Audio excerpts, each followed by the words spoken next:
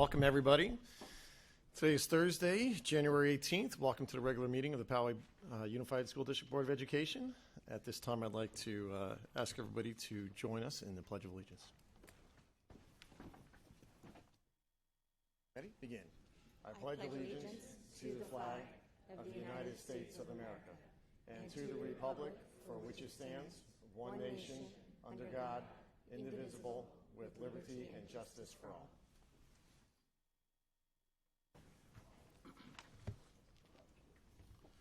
For the record, the meeting was called to order at 6:07. Please notice all members of the Board of Education are in attendance. At this time, I'd like to call on Dr. Patel to report out of closed session.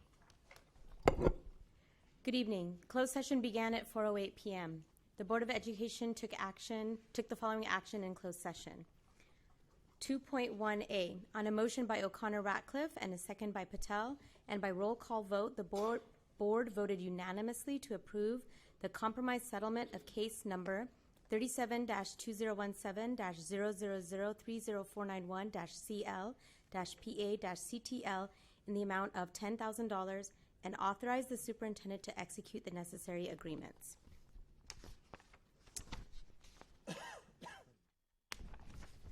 On item 2.1-H-1, in the matter of pending existing litigation, case number OAH 2017-100960, on a motion by O'Connor-Ratcliffe, second by Beatty, the board voted to approve the settlement agreement, and the vote of the board was as follows: ayes unanimous, no other votes. 2.1-H-2, in the matter of pending existing litigation, case number OAH 2017-100562, on a motion by O'Connor-Ratcliffe, second by Beatty, the board voted to approve the settlement agreement. The vote of the board was as follows: ayes unanimous, no other votes. 2.1-H-3, in the matter of pending existing litigation, case number SA3, on a motion by O'Connor-Ratcliffe and a second by Beatty, the board voted to approve the settlement agreement. The vote of the board was as follows: ayes unanimous, no other votes. In all other matters in closed session before the board, there's nothing to report. Closed session adjourned at 5:59 p.m. Thank you. Thank you, Dr. Patel. As noted, all members are in attendance, including our student board representative, Ms. Mishra, who I'd like to invite to welcome the public. Welcome to the monthly meeting of the Board of Education. If you would like to address the board on any agenda item, please complete a speaker slip. All requests to speak must be submitted to the clerk of the board before the agenda item comes up. If you are requesting an agenda item be pulled for public discussion from Section 5.0, Consent Calendar, a speaker slip must be submitted to the clerk now, as approval of the consent calendar is one of the first items up for approval. Item 4.2 is placed on our agenda to enable members of our community to bring items that are not placed anywhere else on the agenda to the board's attention. Speaking time is limited to 3 minutes per speaker, with a maximum of 15 minutes per topic, unless waived by the board president. There will be a 30-second yellow warning light when time is running out. Speakers may only speak on one topic under item 4.2 and may not defer their speaking time to another individual. If there are concerns regarding specific individuals, it is preferred that the speaker refrain from naming them publicly to respect their privacy. The board will accept and review any written materials that would provide more specific information. The Brown Act does not permit board action or extended discussion of any item not on the agenda, but your concerns will be referred to staff. With that said, welcome and thank you for coming. Thank you, Ms. Mishra. At this time, we are at item 3.5, approval of the agenda sequence. I have one request by Ms. Mishra to be able to give her report with the student board representatives as she has finals tomorrow. Are there any other changes or amendments to the agenda or agenda sequence? Motion to approve with that change. Motion to approve by Trustee O'Connor-Ratcliffe. Second. Second by Dr. Patel. All in favor? Aye. Opposed? Motion carries. Thank you. With that, we'll move right into the student board member reports. Don't look so nervous. It's easy. Ms. Mishra, see how easy she makes it look? We will start today with, drum roll, Olivia Hampton with Abraxas High School. Thank you.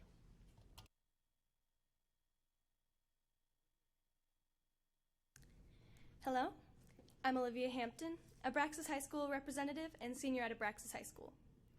As you know, Abraxas is comprised of two programs. Our diploma program, the one that I'm a part of, is our credit recovery program that seeks to use alternative teaching and learning practices to allow high school students to achieve their goals through methods more tailored to their own personal learning style. 2017 has been quite the productive year for us in the diploma program. Our garden donated a grand total of 2,700 pounds of Abraxas-grown fresh produce to needy families in the year of 2017, and we hope to tie it off to 3,000 by the end of the school year. We've planted our 22-tree Abraxas orchard and have begun the designing and creation of said orchard's irrigation system. At the end of 2017, we had our December open house, attracting over 100 community guests to our campus, and started planning our many endeavors going forward into the semester. Coming up, we'll be having volunteers from Genius Hour visiting us twice a week. The goal of their movement is to aid students in the development and exploration of their interests and integrating them into the classroom. In our leadership class, students will be writing and donating cookbooks to Door of Hope in an effort to improve the meal capabilities of low-income families that receive produce through Door of Hope's garden. They will also be completing our third school-wide blood drive for the year in March. Our English department will be making a trip to the Old Globe Theater to watch as real actors bring plays written by high school students to life. And as of January 29th, 10 Abraxas students, myself included, will have begun our first co-curricular college classes that will supplement both our high school and college educations. The other half of Abraxas, the Wonderful Transition Program, is designed for disabled adults ages 18 to 22 and assists in the teaching of helpful post-high school life skills. The students in this program have been doing a noticeable amount of growing and flourishing in the last year. They've continued their volunteer jobs, as well as beginning their paid jobs that they've been practicing and training for. They also have a transition formal coming up on March 10th at the Poway Community Center. As we close the book on 2017, we at Abraxas are satisfied and eager, as the footprints of last year may be hard to follow, but we know that standing together, they shouldn't be hard to fill. Thank you all.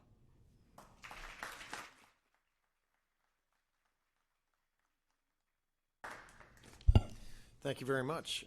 Delaney Anderson with Del Norte High School.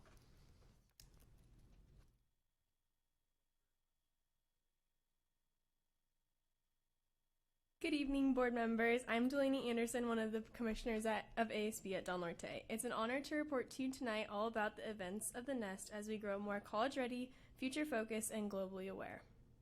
Our seniors have finally finished all their college applications, and we're very proud of their accomplishments and can't wait to see which schools our Nighthawks will continue their bright futures at. Future-focused, we expanded our Nest and added 4 new classrooms where we will continue to inspire and teach our students. We have held another club rush to promote all our clubs on campus and encourage our students to get involved and discover new passions. ASB held an inspiring week called What If Week, where we proposed questions for our students to reflect on, like what if we cleared our conscience, what if we gave back to others, and what if we met someone new, and held activities to go with them that would better our campus environment and future. We had students write what was weighing them down so they could clear their minds, or write motivational thoughts for the whole school to see. We gave out pins with things everyone needed a little more of, like love, hope, passion, and peace, and we played games to introduce students to one another and make new friends. We also hosted an assembly for Rachel's Challenge, where we honored and remembered those killed in the Columbine shooting of 1999. We challenged our Nighthawks to look for the best in others, dream big, discover life's purpose, choose positive influences, speak with kindness, and start their own chain reaction, just like Rachel Scott did.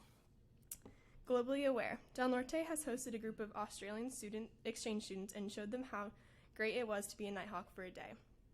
We raised nearly $7,000 for Adopt a Family and made cards and care packages for Adopt a Soldier, a U.S. soldier.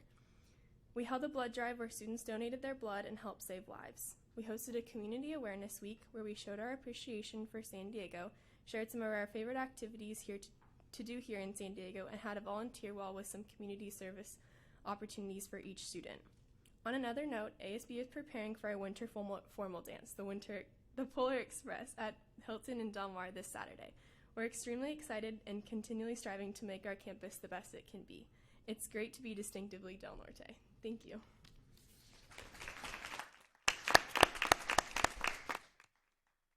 Thank you very much. Megan Vildebill from Mount Carmel High School.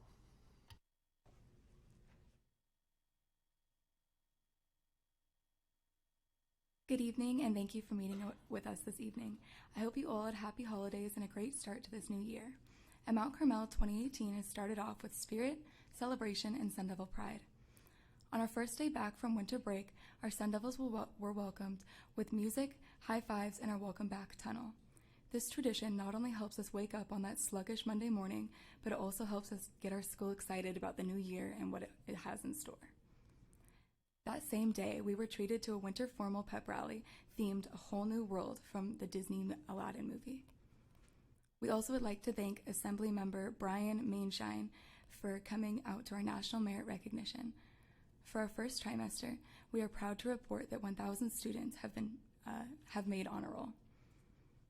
We also would like to congratulate our Mount Carmel Marching Band for taking home the Southern California Band and Orchestra title 3 years in a row. At the Mount, our basketball team successfully hosted our annual Holiday Hoops, at which 16 teams from across the state attended to play in a fun and lighthearted tournament. Lastly, our Sun Devils were delighted to see our new and improved Sun Devil Boy banners that decorate our parking lot. Thank you for your time, and as always, it's great to be a Sun Devil.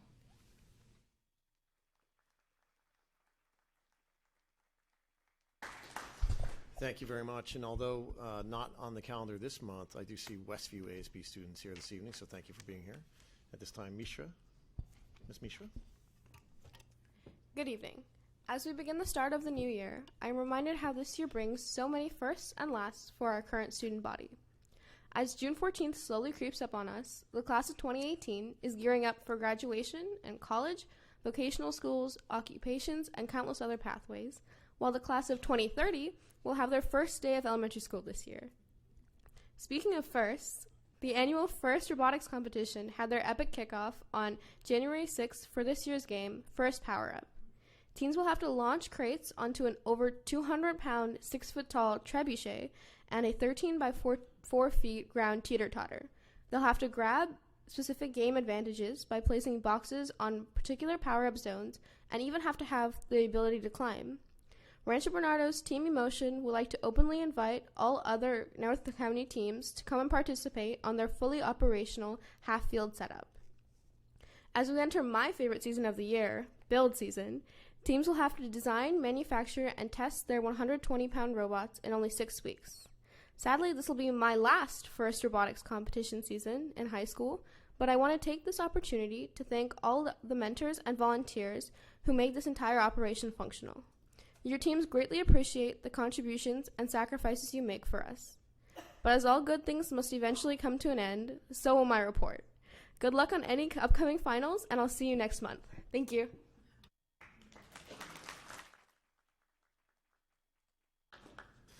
Thank you, Ms. Mishra. Student board representatives, you're welcome to leave at any time if you have to go study for finals, and same with you, Ms. Mishra, at any time this evening. Thank you. It's time for public comments. Dr. Patel. We have one speaker card today, Ms. Janet Latang.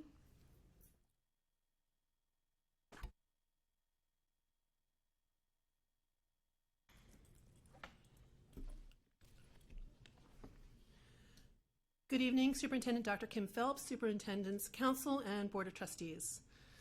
PUSD performing arts students are quite busy again the next couple of months. The PUSD advanced choirs from all 5 high schools, accompanied by the RB Rancho Bernardo High School Orchestra, will perform the final fugue from the Mozart Requiem in a concert this Saturday at 7 p.m. and Sunday at 3 p.m. at the Poway Center for the Performing Arts. Dr. Keith Peterson from Point Loma Nazarene will be conducting. Many thanks to the PUSD performing arts teachers who have been working tirelessly to prepare their students for this concert since school started in August. Mozart's Requiem is a master work, and the joint choir will be singing in Latin. This likely will be a once-in-a-lifetime experience for the students performing this great work. The next weekend, January 26th through 28th, PUSD high school students selected for the All Southern California Honor Bands will be performing at the Southern California School Band and Orchestra Conference held in Anaheim. Congratulations to all the PUSD students selected for the All Southern California Honor Bands and Orchestra. The weekends of February 2nd and February 9th, Poway High School's theater program will be presenting the musical Cinderella. This is the 2013 Broadway version of Cinderella and should be a real family pleaser with wonderful music accompanied by the Poway High School Pit Orchestra. Also in February, 15 instrumentalists and 5 choir members will be representing PUSD at the 2018 California All-State Music Education Conference held in San Jose, and that's February 15th through the 18th. These fine musicians will be performing with the best high school musicians in California. What an amazing array of performing opportunities, none of which would be possible without PUSD's incredible performing arts teachers. PUSD community, please show your support of these fine performing arts teachers and their programs at the upcoming LCAP forums or electronically on the LCAP survey. The performing arts bring wonderful learning opportunities to our students, and these programs need all of our support. Let's make it our goal to have equal access to performance groups for all students at all of our PUSD schools. Thank you very much. Thank you very much.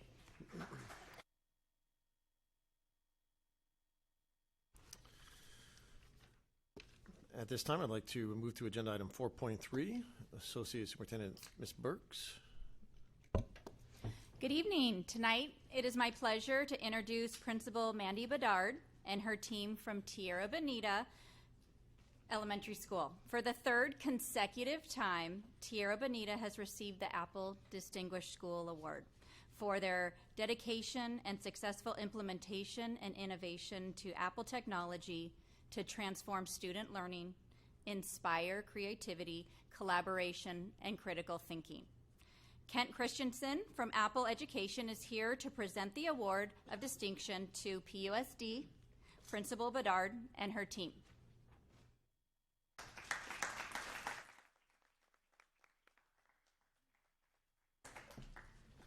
I mean, you kind of said it all, but I'll do my best. Good evening, Board of Trustees, Dr. Kim Phelps, district and community members. My name is Kent Christensen. I'm here on behalf of Apple to recognize Tierra Bonita as an Apple Distinguished School. I've had the pleasure of working with Tierra Bonita since the start of the initiative, and being a Poway parent now at Deer Canyon, I'm excited to recognize a local school for their innovation and work with students. Their iPad initiative has grown, and it's great to see that they give their students voice and choice and continue to grow from an innovative standpoint. I'm excited to recognize their teachers, Principal Bedard, and for their continued success in technology in the classroom. I'd like to read the letter that came along with the recognition that was signed by our Vice President of Education. Give you an idea, this is not an award we hand out because they happen to buy iPads. There's less than 600 distinguished schools in the entire world, and so we take it very seriously. We come in, we visit their classrooms, we evaluate what they're doing in the classroom, and we only recognize some. Very few have to be invited to apply, and then very few are actually chosen beyond that. Dear Mrs. Bedard, it's a pleasure to inform you that Tierra Bonita Elementary has been selected as an Apple Distinguished School for 2017 through 2019, a 2-year designation. Congratulations on being recognized as a distinguished school for continuous innovation in learning, teaching, and in the school environment. Apple Distinguished Schools are centers of innovation, leadership, and educational excellence that use Apple products to inspire creativity, collaboration, and creative thinking. They showcase innovative uses of technology in learning, teaching, and school environment, and have documented results of academic accomplishment. Apple is deeply committed to education. From the beginning, we believe that some of the most powerful opportunities for technology are in the hands of teachers and learners. We make products and programs designed to empower every individual, no matter how they learn and what they love to do. We applaud schools such as Tierra Bonita that advance this mission, ensuring that all students are prepared for future success in work and in life. Again, as a parent, I hope to recognize more of your schools for becoming more innovative and doing more with technology. I'm obviously a technology nerd, so I look forward to doing that both with my students and students across the district. As part of this recognition, the site's been given a plaque and a banner, which we'll show you here shortly, to highlight to both students, community members, parents, staff, and everybody that visits the site about their success that they've achieved using innovation and technology. I'd like to present these items to President Zane, Dr. Kim Phelps, and Principal Bedard tonight to recognize Tierra Bonita as an Apple Distinguished School.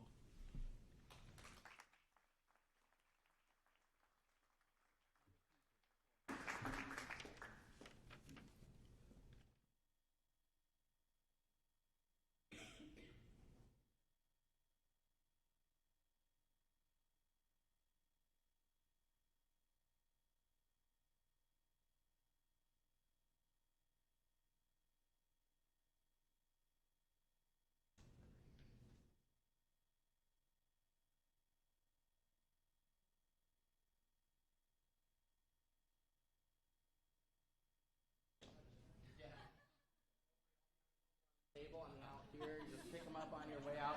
If they're not there, just look for me in the parking lot. Thank you very much. Congratulations.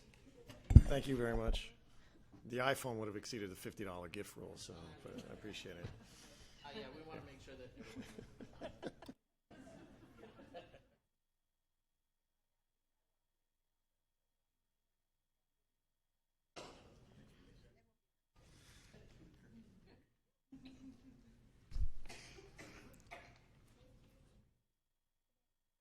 Good night, Ms. Mishra.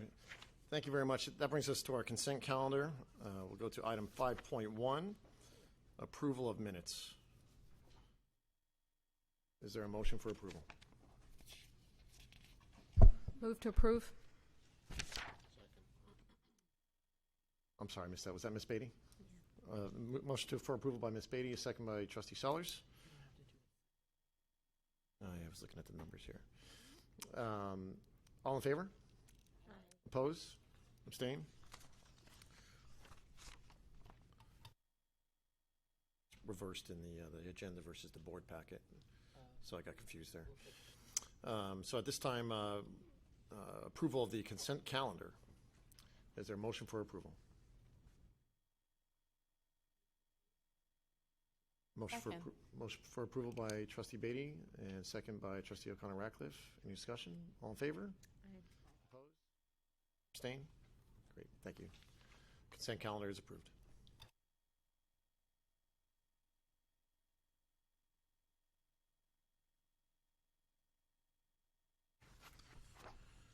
That brings us to section 6.0, Business Support Services. Or 6.1. Associate Superintendent Little. Yes, thank you, President Zane. Agenda item 6.1, staff seeks the board's approval to take advantage of SDG&E's on-bill financing program. The goal of the program is to enhance energy efficiency by replacing older lighting in our schools with new efficient LED fixtures. The cost of replacing these fixtures, less the rebates, is fronted by SDG&E. The district would then pay back the loan through energy savings on our monthly energy bills. We've selected 9 schools on the subsequent list provided to the board for round 1, with the total payback period equating to about 8.7 years. For comparison purposes, SDG&E sets as a maximum payback period 10 years for private companies and 15 years for public agencies. So we feel that the pricing that we got for the projects is very competitive, and that results in the 8.7-year payback period. Excellent, thank you. Is there a motion for approval? I do have a question. Do we want to have a motion before we take discussion? We can take a motion in a second if there is one, and then with discussion before going to a vote, or we can go to questions first. Yeah, motion to approve. Okay, so there's a motion for approval by Dr. Patel. I'll second. Second by Trustee Beatty. Discussion. Thank you. I do have one question regarding the 8.7 years. I noticed on the following support material, there's a footnote saying new lighting includes a 5-year full service parts and labor warranty, and I imagine that some of these may have some depreciation over time. what happens in that period after the 8.7 years as far as maintenance? Do we have a schedule or a plan for any of that? I will defer to our facilities director, Mr. Coster, to respond if he doesn't mind.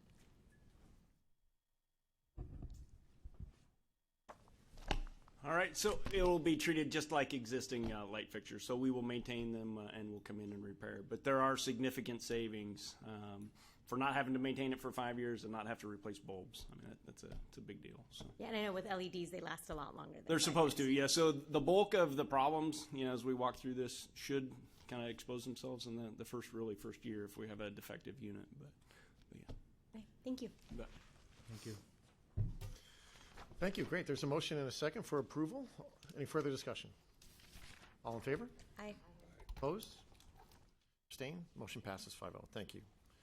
Next, agenda 6.2, approval of resolution number 36-2018, calling for full and fair funding of California Public Schools. Associate Superintendent Little. Yes, thank you, President Zane.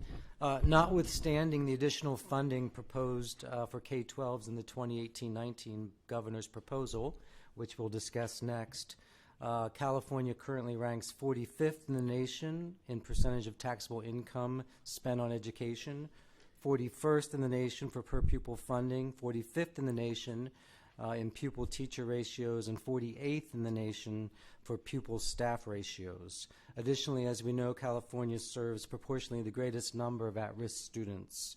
This resolution urges the California State Legislature to fund California schools at the national average by 2020 and at a level equal to or better than the average of the top 10 states no later than 2025.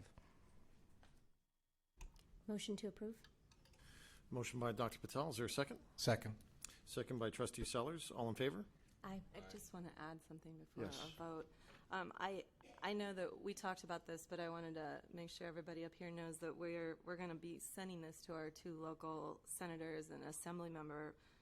And I think in our cover letter, I would like for our PUSD numbers to be part of that too, because in that, $10,300 per pupil spending average in the state, I think it's important for our local representatives to realize that we're actually getting 20% less than that. Correct. We are that lowest funded district in a low funded state. So we're only getting $8,300 approximately per pupil. And I think that's very important to note. So if we're 2,000 below our state average, we're 4,000 below the national average funding. So I want to throw those numbers in for them so they know what we're looking at, so they understand the urgency from our perspective, their constituency. Understood. Great recommendation. We'll take that as staff direction. And there was a motion for approval, I believe, by Dr. Patel, second by Trustee Sellers. Any further discussion? All in favor? Aye. Opposed? Abstained? Motion carries unanimously. Thank you.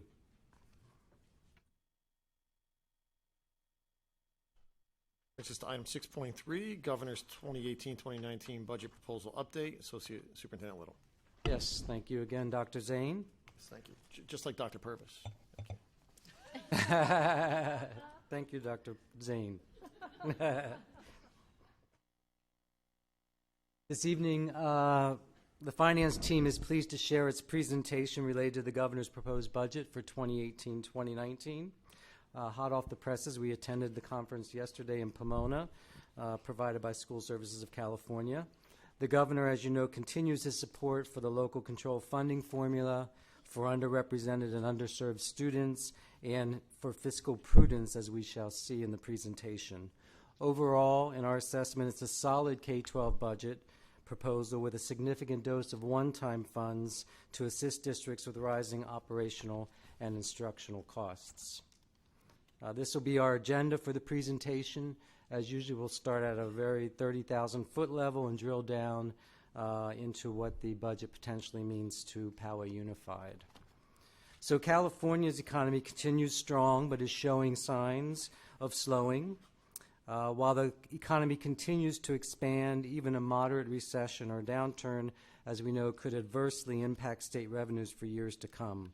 Under current economic models, however, the state's economy continues to grow through 2018, so that's why we have a Sunny there from UCLA Anderson School of Management, into early 2019, and then we'll soften by mid-2019 The growth, again, buoyed up by good jobs, as we can see, and the surging personal income tax revenues reflective of the booming stock market. We've come a long way since fall 2010, and we continue to shrink the gap between national and state unemployment numbers. Economists forecast that for California, the unemployment rate will hover around 4.5% for the next 2 years, barring any economic downturn. The big three revenue drivers for California, personal income tax, sales and use tax, and corporation tax, are all forecast by the LAO here to continue their growth and increase in 2018-19. You can see the percentages below each bar graph. So 5.2% is the projection for PIT growth, 3.7% for sales and use tax growth, and a healthy 3% growth in corporation tax as well. This will generate an additional $7 billion for the state in revenues next year. Of course, as always, uncertainty persists. The budget's nothing if not based on some volatile assumptions. Of course, the most important being the personal income tax rates. As you know, they're dependent on capital gains, as we mentioned. There's also the uncertainty related to the federal tax law that was just recently passed and its implications. Certainly, millions of Californians will probably be adversely impacted by the lack of the ability to deduct local and state taxes on their federal returns. As you know, many are rushing to pay them now, right, in advance, so they could take advantage of them this past year. So that certainly has increased revenues at the state level as well. The governor's budget proposal doesn't take into account those changes in the federal tax laws, so I'm sure that analysis will be done in time for the May revise. We also know that the Affordable Care Act continues to be discussed in the nation's capital, and to the extent that cost shifting is moved to the states, especially California, there could be some multi-billion-dollar impacts there as well. Of course, the wildfires, the tragic wildfires, will take billions of dollars of resources to recover from. Most of that will be borne by the state. Some will be federal. We're not sure about the impact of the cannabis tax revenues at this point. That remains to be seen and sort of played out in the federal courts probably. And then, of course, there's always the challenge of our current economic expansion, which by the end of 2018-19 will be the longest in the post-war expansion history. The LAO has created two, actually, scenarios with respect to out-year budgets. One is an economic growth scenario and one is a recession scenario. This slide is just to show you the potential adverse impacts to a recession were to hit sometime next fiscal year. They're projecting that by 2020, 2021, the state could lose as much as $30 billion of revenues annually. So obviously that is an uncertainty to be cognizant of. Now we're going to shift towards the governor's budget proposal. This is the state's general fund budget, not our own, and this is in billions of dollars. As you can see, the revenues and the transfers have increased 2% to a total of about $135 billion. He's proposing an expenditure budget that's increasing year over year by 4% to about $132 billion. In addition, he's adding $5 billion to the budget stabilization account to shore it up in case of an economic downturn, so that the total reserves will reach the 12% level by the end of the fiscal year. This is the piggy bank being filled up just in case of an economic downturn, as we talked about.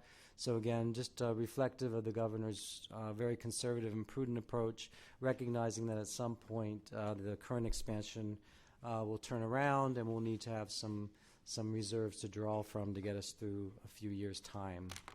Moving to the education budget, Prop 98 realizes a 4% increase over current year funding levels, with an additional $3 billion going to K-12s.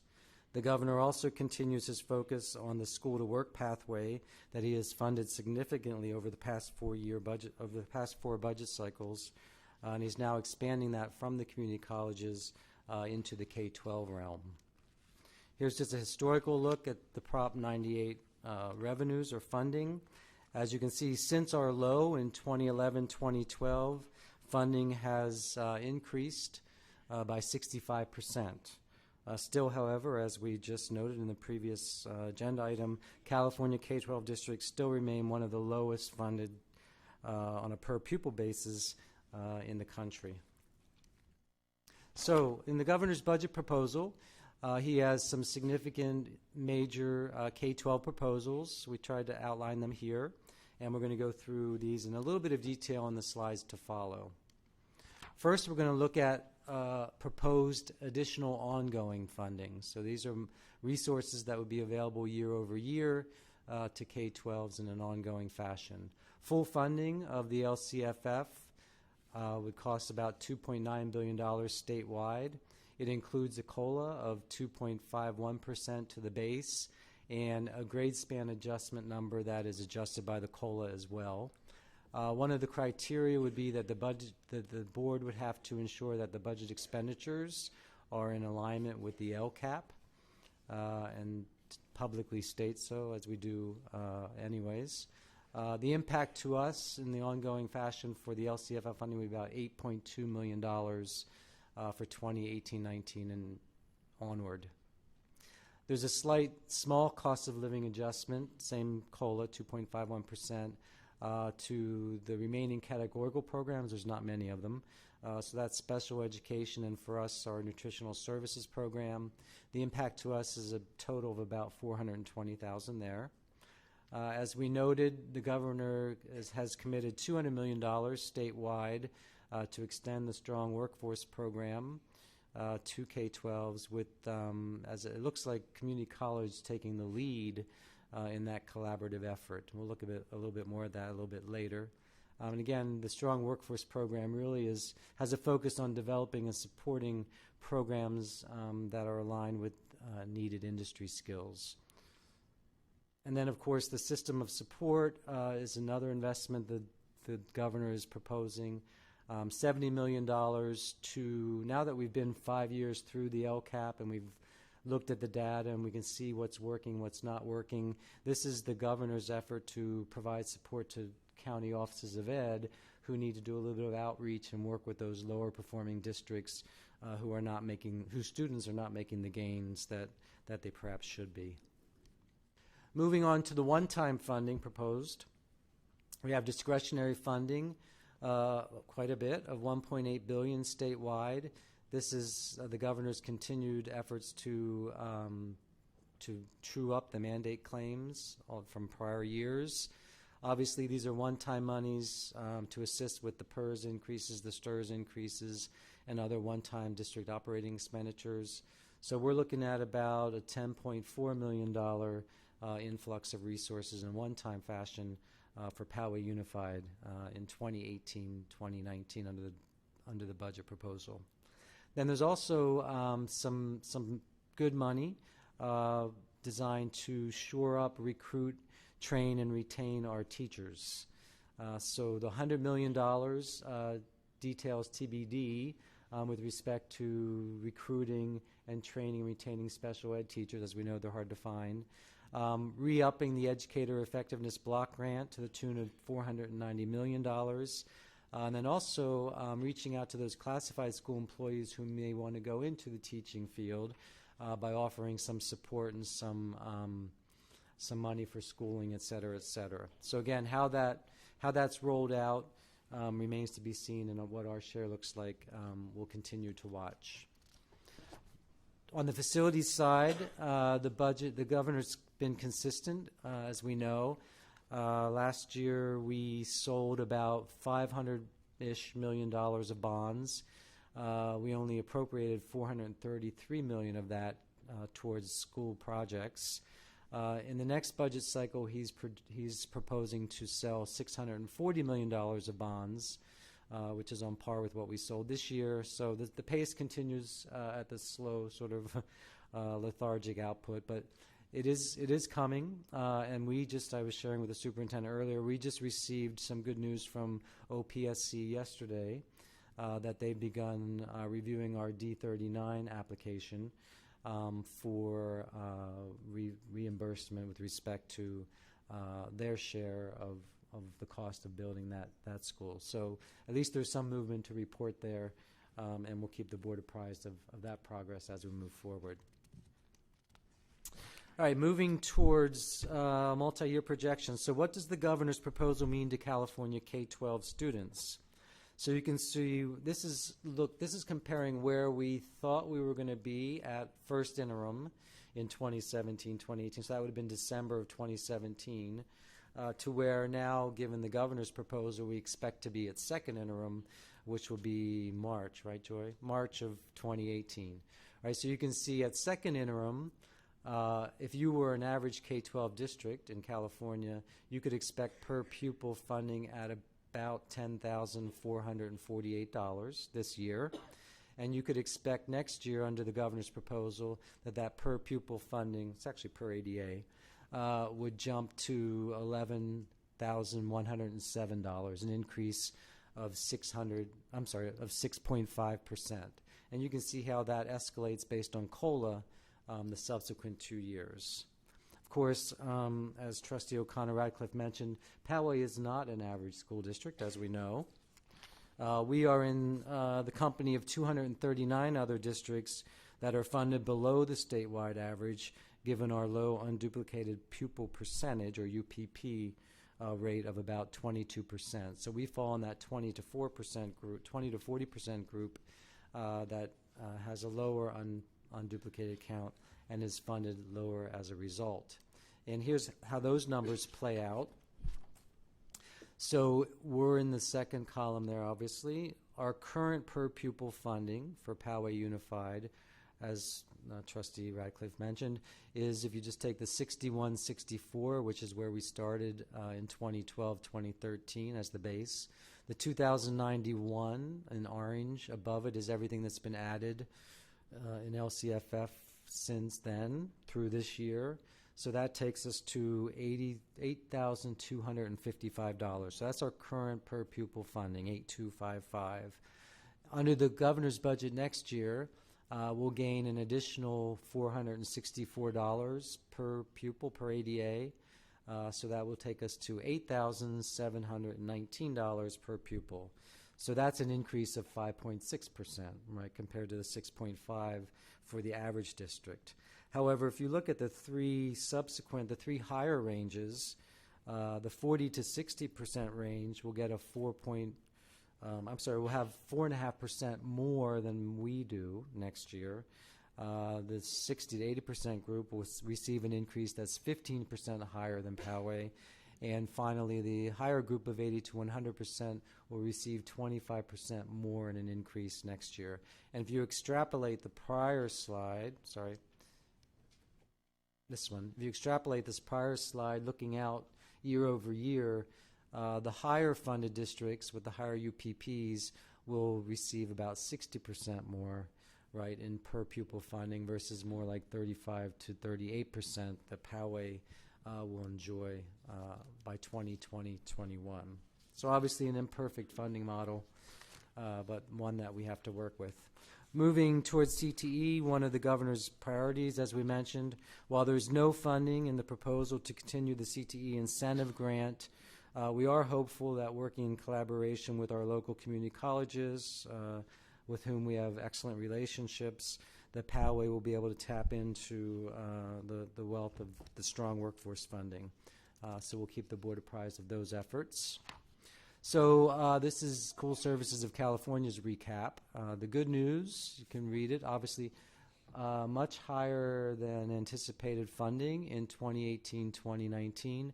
And as we know, but I'll say it publicly, a lot of that has to do with the governor's continued underestimation of the revenues year over year, right, with respect to what the economy is going to produce.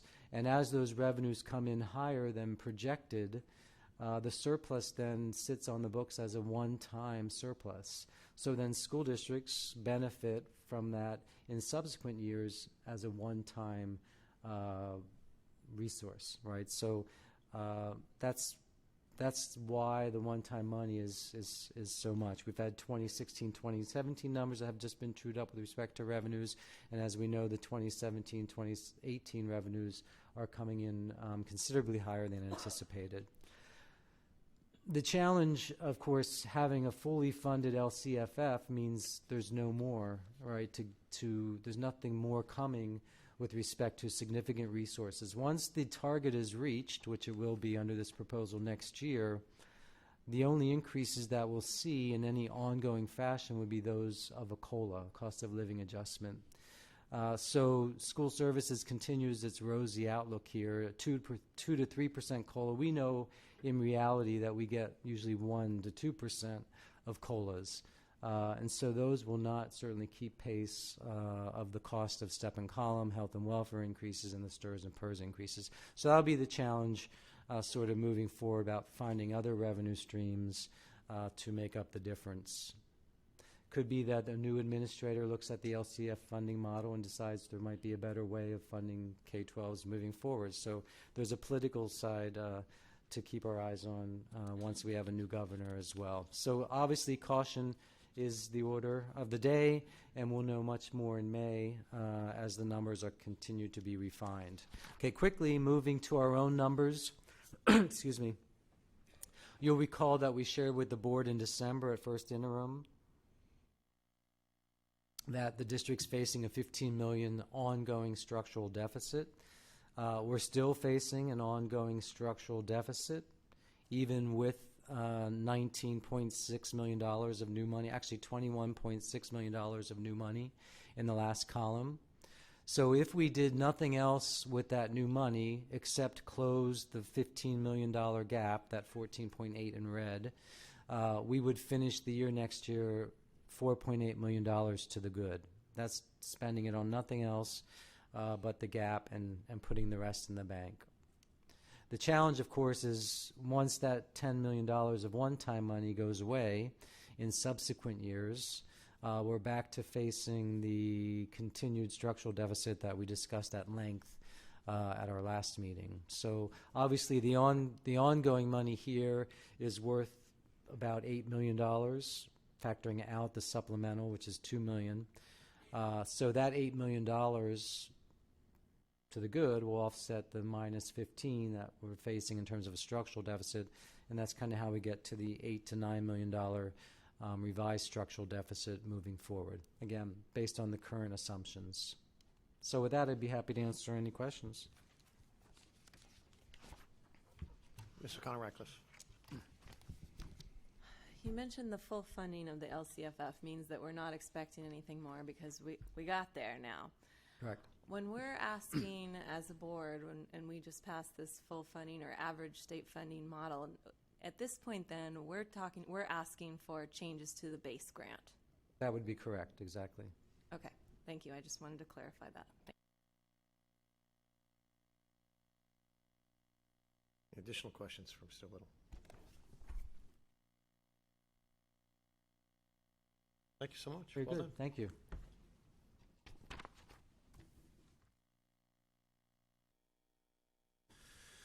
Brings us to 6.4, Proposition 39 Final Expenditure Plan. Again, Associate Superintendent Little. Yes, thank you, President Zane. This evening it's my pleasure again to introduce our Facilities Director, Chad Koster, who will make a brief presentation to the board regarding the district's Prop 39 energy efficiency projects, the progress that we've made, and what the future holds with respect to those projects.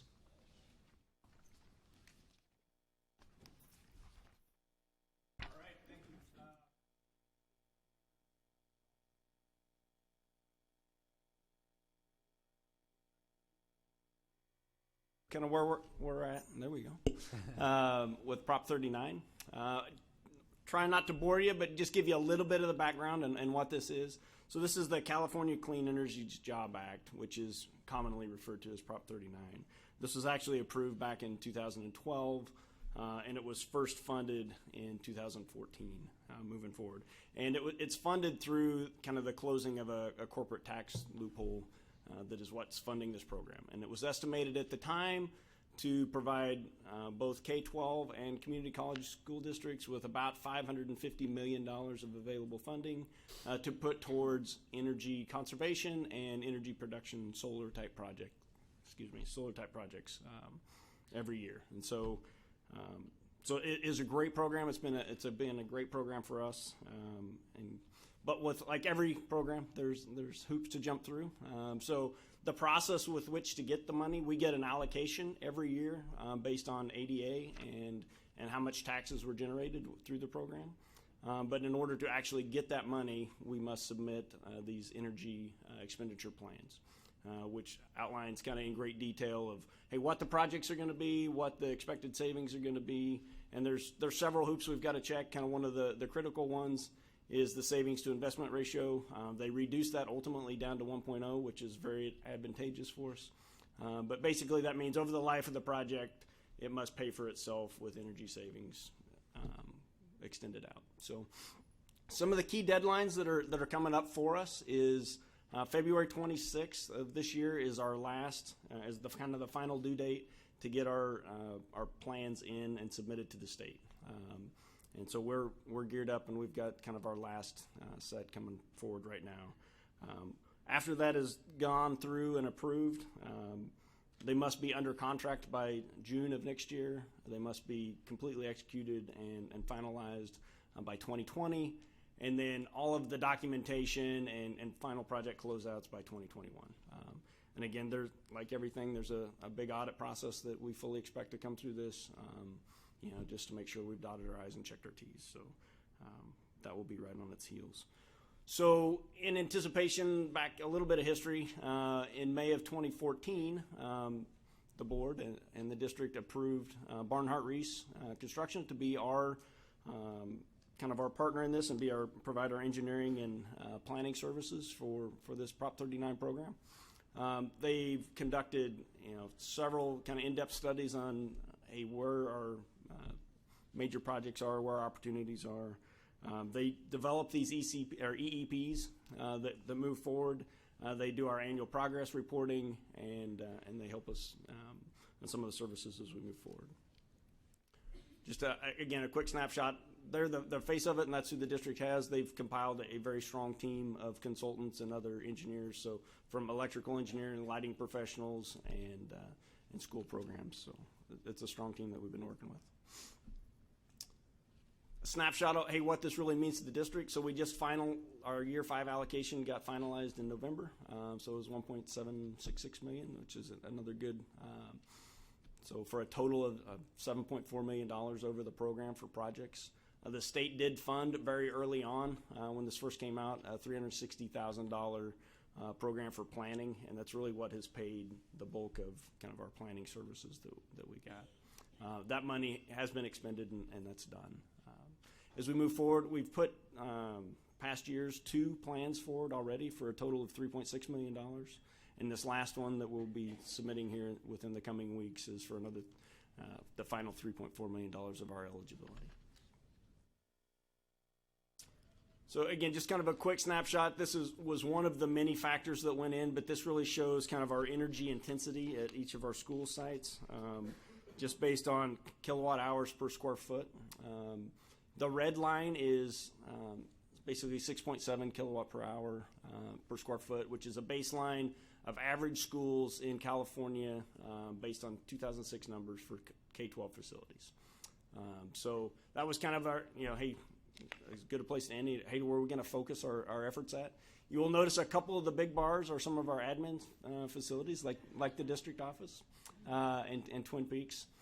There's a couple reasons for that. One, hey, they're 12-month facilities, and they're admin heavy. So hey, the server farm we have here takes a lot of air conditioning and a lot of power, and it's a different program and a different baseline. But we limit the spa usage by the association. If I get him I'm trying to get him to turn down the AC a little bit, but it's good. So we focused our projects on the schools and kind of our higher user sites. You can see by the circles and my fancy color coding, kind of by program, which ones we focused on. Just, again, kind of a quick recap of the projects already completed. The first round was done in 2015. We did some lighting projects. All the first round was lighting and HVAC centric. So complete LED swap out at Del Norte, Westview, Painted Rock, and Rolling Hills. There was a little bit of a challenge with that program as it went through, because the program gets submitted with some of the rebate money through SDG&E. SDG&E overpromised what they had available for rebates, and so there are some work that did not get done in the LED world at Westview and Del Norte, because we did not get the matching funds from SDG&E that had been promised, because they overpromised and didn't pay. So we will ultimately have to come back. There was a small group that we need to finish out there. By how much? The numbers I don't have right now, but it was in the tune of $170,000, roughly. EEP2, we moved forward as well in 2016. Tierra Bonita, Painted Rock, and Rolling Hills all had LED projects. Moving forward, we were able to replace a bunch of pumps and motors at some of our pools, which again are fairly high energy users for us. And then the big one on here for me is the energy management system. So this is in progress.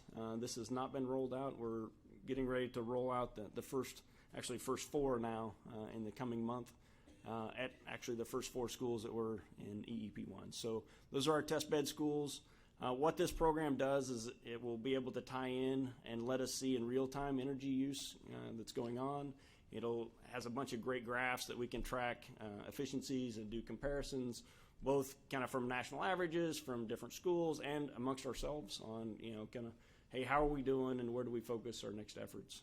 It really is going to be a phenomenal tool to help us continue to hone on and get more efficient and encourage behavioral changes, honestly, at some of the schools. So, yes? Quick question. Will that help at all when we're reworking and trying to decide what our facilities use fees are going to be for Absolutely. Non-district groups? Okay. Yeah, absolutely. Okay, thanks. It will give us a much clearer picture. It's not perfect. It doesn't allow us to track, necessarily the lights in each room, but it will give us a better handle on kind of, hey, where's our money going? Where's the energy? Hey, what are our peak problems? How do we start to attack this problem better?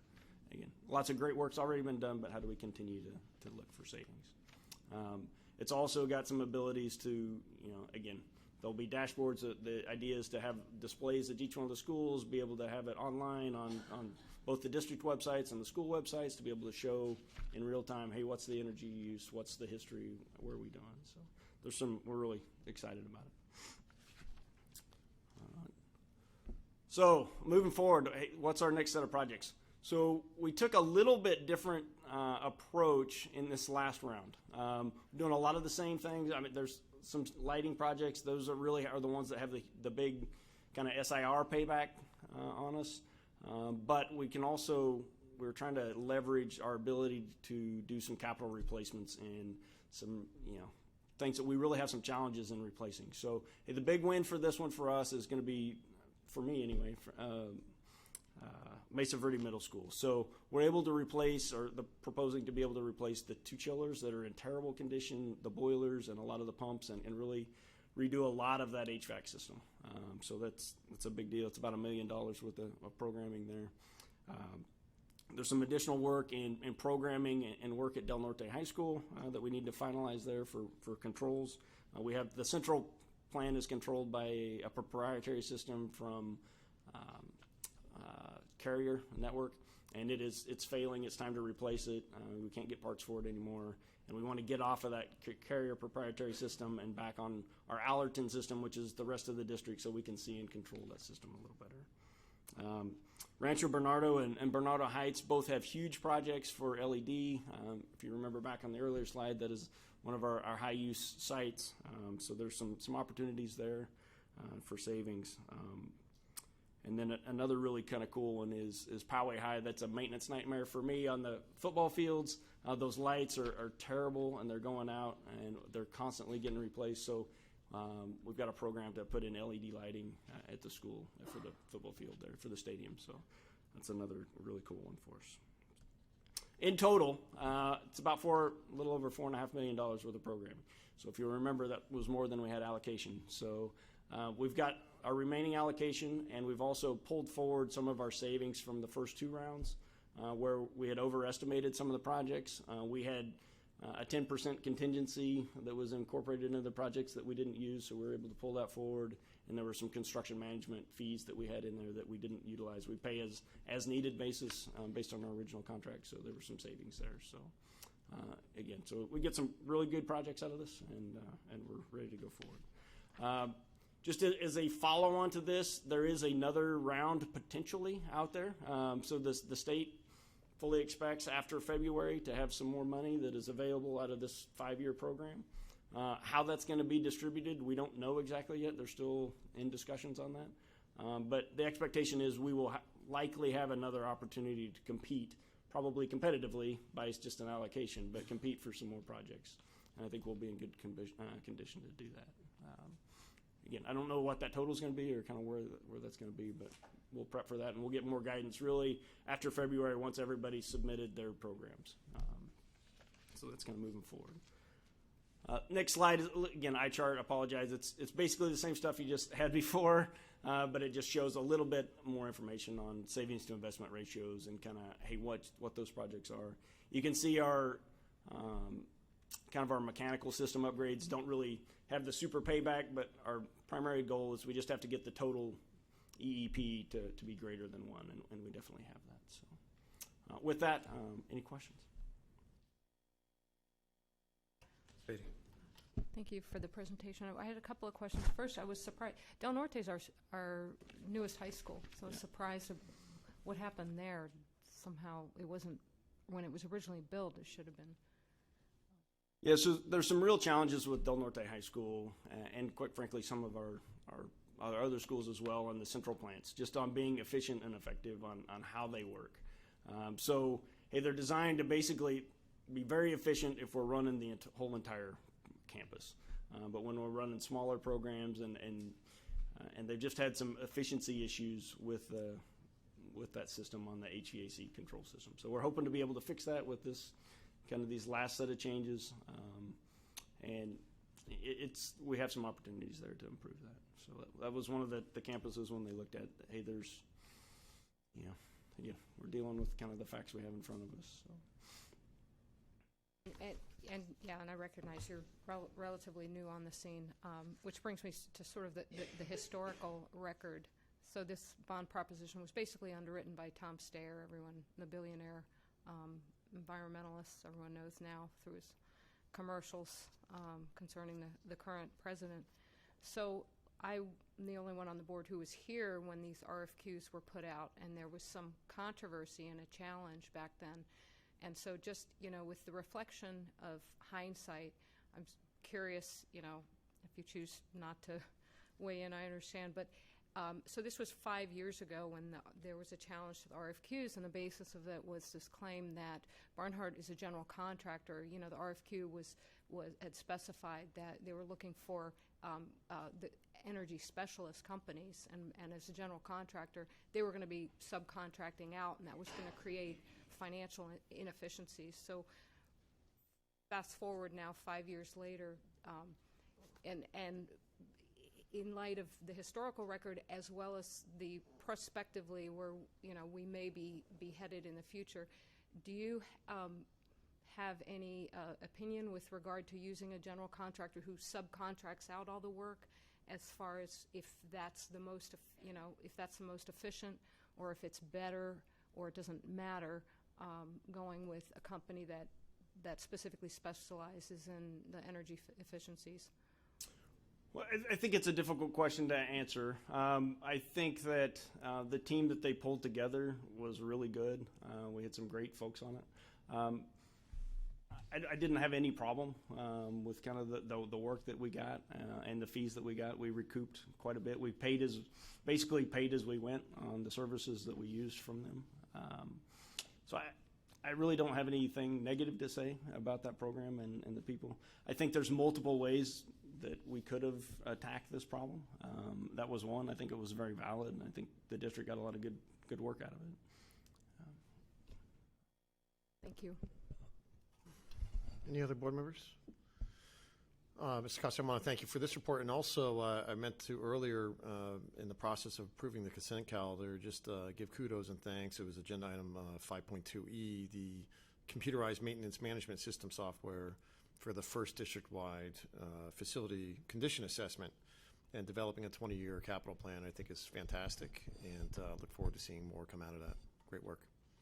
Yeah, thank you very much. That'll be another good thing for us for sure. So, thanks. Brings us why not a round of applause for Mr. Costa? Brings us to 6.5, our enrollment report.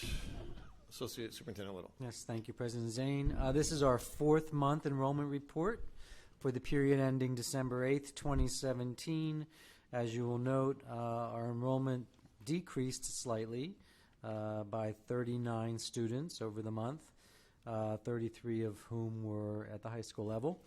So our enrollment for the month amounted to, where is it here? My eyes are going, 36,495. Our attendance rate for month 4 was 96.62%. So our 4-month average is still above our 97% goal at 97.32%. Are there any questions by board members? None? Thank you very much. Thank you. To 7.1, readmission of student on expulsion. Associate Superintendent Dr. Robinson. Thank you, Mr. President. Tonight we bring forward 1 readmission for the board's action. Is there a motion for approval? Motion to approve. Motion for approval by Trustee O'Connor Ratcliffe. Second. Second by Trustee Patel. All in favor? Aye. Opposed? Abstain? Motion passes unanimously. Thank you very much. And now, item 7.2, proposed adoption of California School Board Association CSB Policy 5030, Student Wellness. First reading, Associate Superintendent Dr. Robinson. Thank you, Mr. President. Tonight we bring forward for our first reading the student wellness policy. This was a collaborative effort, as you'll see with lots of our board policies between all our departments. This one was done with Lou's expertise along with Ron on the BSS side and many members of the LSS side that work with all of the schools. Again, this is a first reading, and we will be bringing it forward to the next meeting for adoption. Board member comments or questions? Seeing none. Thank you, Dr. Robertson. Item 8.1, approval of resolution 35-2018 entitled Adoption of Supplemental Early Retirement Plan for Poway Federation of Teachers, Represented Employees, and Review of Enabling Documents. Mr. Jimenez. Thank you, President Zane. The board's asked to consider the approval of a resolution for the adoption of a Supplemental Early Retirement Plan, also known as a SERP, for represented union members of the Poway Federation of Teachers. The proposed SERP and the details of the attached Memorandum of Understanding was reached in collaboration with the PFT bargaining unit.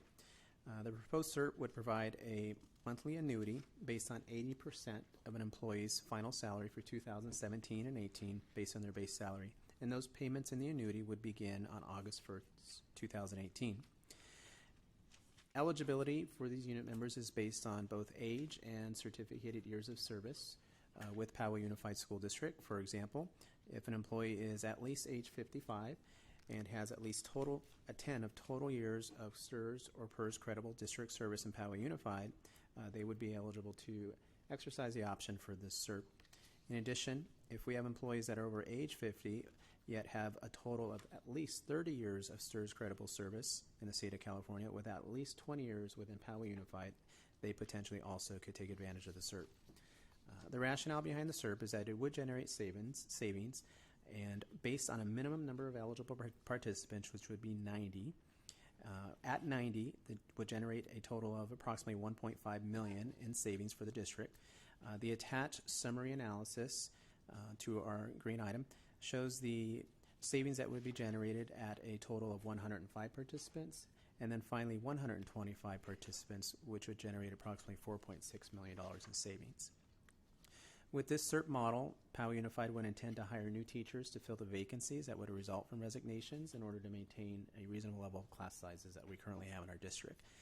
So the savings would be generated in the difference in salary across the salary schedule from our more seasoned teachers who are typically at the high end of the salary schedule, versus new hires that typically fall on the lower end of the salary schedule based on years of service. With this agreement, Keenan Financial Services would serve as our third-party administrator, and we would begin conducting group informational meetings beginning next week. Also, the Personnel Services Support Services Department has already begun preparations for increased hiring and recruitment. We are currently committed to 4 recruitment job fairs in the upcoming months, and we would begin promoting and communicating with our local university programs as well to attract candidates for these vacancies. Do you have any questions? And I know this is in the materials somewhere, but how long are we giving 90 people to say yes to this? Applications for the CERP and an advanced resignation are due by March 16th.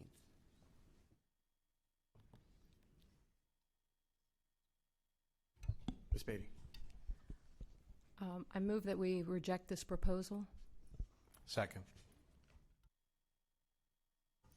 Okay, there's a motion and a second to reject the proposal. Further discussion.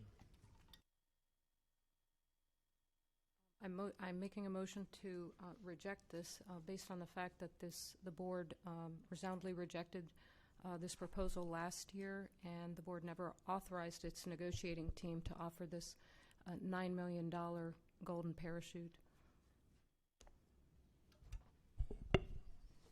I have a couple philosophical objections to SERP programs in general. One is I'm not wild about giving monetary incentives for people to retire. If they're ready to retire, they should retire. If the fact that money has now induced them to do that, all the more reason that they should have retired on their own. Also, I'm concerned about the long-term effects of programs like this, in that we are essentially borrowing from the future to now.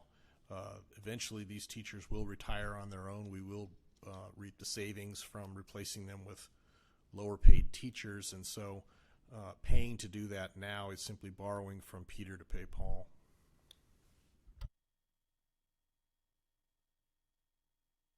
Mr. Conner-Ratcliffe. Well, for the sake of discussion here, I'm looking at the numbers here, and what you're saying doesn't add up. The 5-year projected total net savings is very significant, and there is a column that says savings with no plan, and it is clearly less. So I don't understand. I'm not seeing your argument here, Mr. Sellers. The rationale is that eventually all teachers will retire. We can essentially have them do that for free. When that happens, they will be replaced by lesser paid teachers. So the inducement to have them do it now versus a year from now, 2 years from now, I'm not convinced in the long run helps the district. The numbers that you're looking at, basically, that say this is how much we'll save in the next 5 years, they're all based on conjecture, essentially, as to when people will retire. I'm personally of the belief that when a teacher's ready to retire, they'll retire without a financial inducement. If we are to reap additional savings now by offering a small incentive, I fail to see the reasoning behind saying let's not do that. $9 million is a small incentive. I don't know where you got $9 million either. That's not in this form. Well, I think that's part of the problem. Our decision-making is being based on half a sheet of paper of information where there's a lot of assumptions being made, and there's no explanation as to the underlying rationale. Where did those assumptions come from? So there's a high risk that if those assumptions are off, then we're way off on our numbers. With regard to the $9 million, that's the payout to the teachers. That's the golden handshake that they get. It's basically taking the 125 and multiplying it by the payout that the teachers get, which is roughly $72,000, plus the commission per teacher, which is $3,000, that is given and billed separately, that is given to Keenan. So, Ms. Beatty, yes. Perhaps we can have Mr. Jimenez attempt to clarify And I'm numbers just that the questioning two of why you we are wouldn't discussing. trust the judgment of the experts here too. So if you can touch on that at all. We've worked with Keenan Financial Services to analyze the data and project the savings, and perhaps Gail Beal, who's here from Keenan as our representative, could potentially walk us through some of the numbers and answer some of the questions as well. Come on down.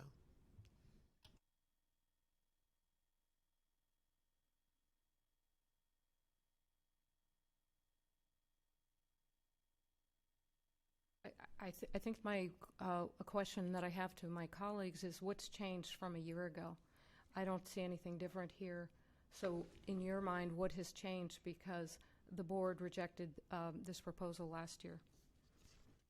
And in fact, that was done in conjunction with a meeting with Keenan where the board had more documentary information as far as the data, had an opportunity to follow up with questions regarding that data. And board and staff came to the determination that it wasn't financially beneficial. So what's changed? To my recollection, last year's proposal didn't have the level of savings that's being proposed this time around, but I would like to hear from our consultant. Yes, thank you. Yes, last time that we looked at this a year ago, the savings was somewhere around $640,000 over 5 years. There were different assumptions used. There was also a different eligibility guideline. So this increases your eligibility, which typically increases participation, which then results in a higher savings. So what we really took a look at is you would probably have 40 individuals, as has been the kind of the ongoing average of individuals who would retire anyway, and then looking at how many additional would we need to provide a savings. With this, we take a look at going through the enrollment process to see how many you get. Once that deadline is reached, we do a final cost analysis and bring that back for final approval. So if you chose to move forward, what you would be ratifying really is offering the plan. Then based on final results, you can make a final decision, because once we know exactly who's going, we can take a look at specific retiree health care costs, so that you may have some that will qualify, some don't. So in these, we use averages. We can use actuals once the enrollment period is finished, and then also take a look at whoever retires, perhaps those replacement salaries might be a little higher than the average here, or they might be a little lower for some individuals, so we can come back and do a specific analysis before you say, yes, we're moving forward. It's my understanding the horse is out of the gate tonight, if it's approved, that we don't have that option of coming back afterwards and saying, oh, our assumptions were off. We're actually going to be in the negative, not the positive. Am I correct? Mr. Jimenez, can you speak to that?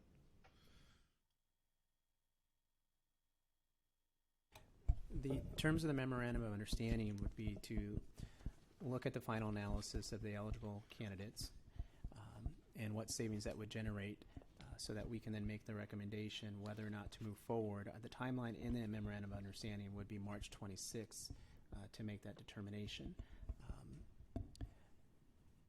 But yes, we would need to move forward, but the final analysis would require a minimum of 90 participants, as well as at that point we know specifically who are the eligible employees that would be participating, and specifically then the number of dollars that would generate in savings. Correct. So you may have 90, you may have 100. So it would just depend not only on the number you get, but who those individuals actually are, which would determine that savings. Right, I agree, and so there's a fairly high variability there. You could have perhaps a teacher who's below the average salary who retires.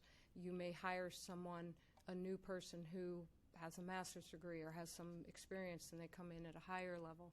I mean, those variabilities could change the calculus. That's just based on the salaries.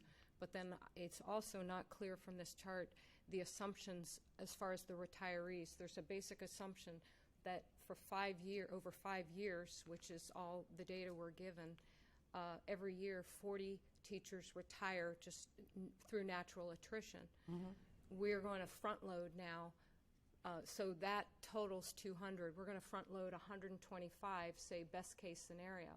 So does that mean the next year we get 0 retirees? How were the calculations made as far as figuring out in years 2 through 5 how many retirees we'd get? Very good question. What we take a look at, and it's hard to determine, but we take a look at basically a school services model that says how many people we think will go 0 years early, which would be your 40. We anticipate that then perhaps 33% would go 1 year early, 25% 2 years early, and so on and so forth. So not everyone's going to go 5 years early. If you take a look at your second eligibility group, which is 55 or 50 years of age with 30 years of STRS, 20 years with the district, if you capture some of those folks, you actually are capturing 5-year early retirements, which really boosts this savings on an ongoing basis. So we actually take a look at, again, not knowing who would go 1, 2, 3, 4, or 5 years early, but making us what school services model says the estimate. So typically, is that 40 going to return that natural attrition return next year? No, probably not. Probably not in the second year, but certainly by the third year, you're probably going to be back to your 40 natural attrition, based on what school services numbers tell us.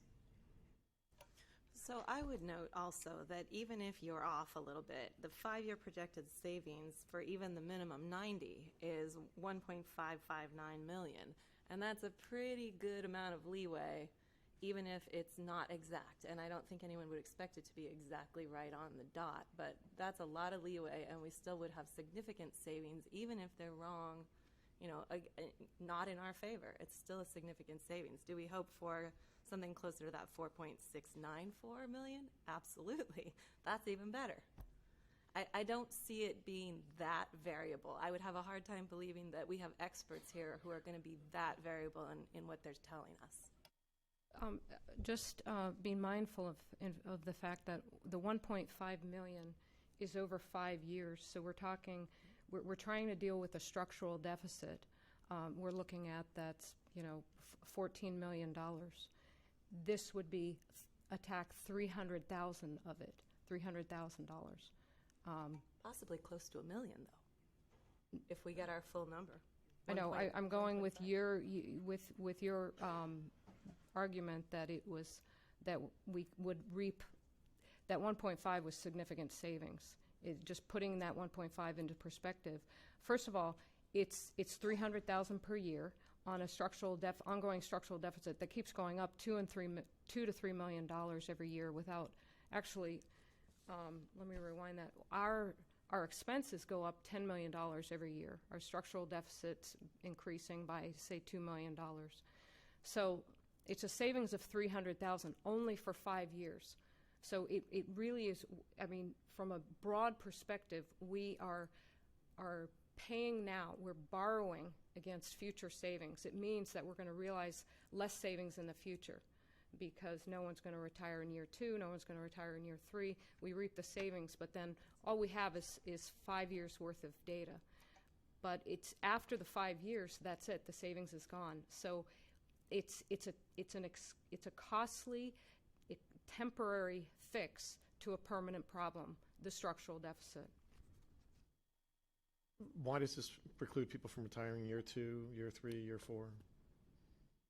Well, as our speaker said, if people are going to take this bonus now, ordinarily we'd have attrition of 40 retirees per year.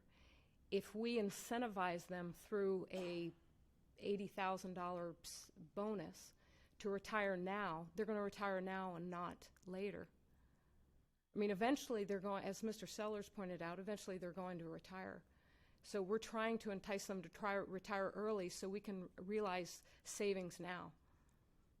So let's take your assumption that it's a worst-case scenario where it's only $300,000 a year per year for the next 5 years, $1.5 million, only $1.5 million savings.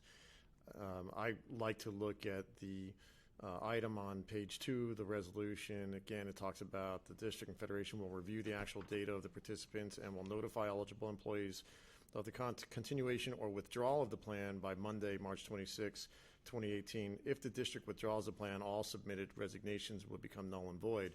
So we would have an opportunity to review whether we would potentially only save $1.5 million or save upwards of the, what was it, $9 million? $5 million? That was the best case scenario here is the 4.6. And that, as I had mentioned, our payout is over $9 million in order to reap the 4.6. So how else can we better spend that $9 million? Mr. Little? Yes, just for clarification, so bullet point 3, with respect to us looking at the analysis and generating the savings, the level of savings would be only if we didn't get the 90 participants. So the way that the agreement is written is if we get 90 or more, the plan flies, right? If we get less than 90, then we analyze the potential savings and bring it back, or decide at that point whether to move forward based on board direction. Thank you for the clarification. In addition to the philosophical objections that I stated earlier about monetary inducements and paying people not to work, I'm also a little troubled by the fundamental unfairness of our inability to offer this to our other 2 represented groups. I understand why we can't offer it to them, because it's not fiscally sound. It would cost us more money than it would save. But there still is an element of fairness in the fact that the teachers are always the ones who get offered the golden handshake, and the other 2 groups are not allowed to participate.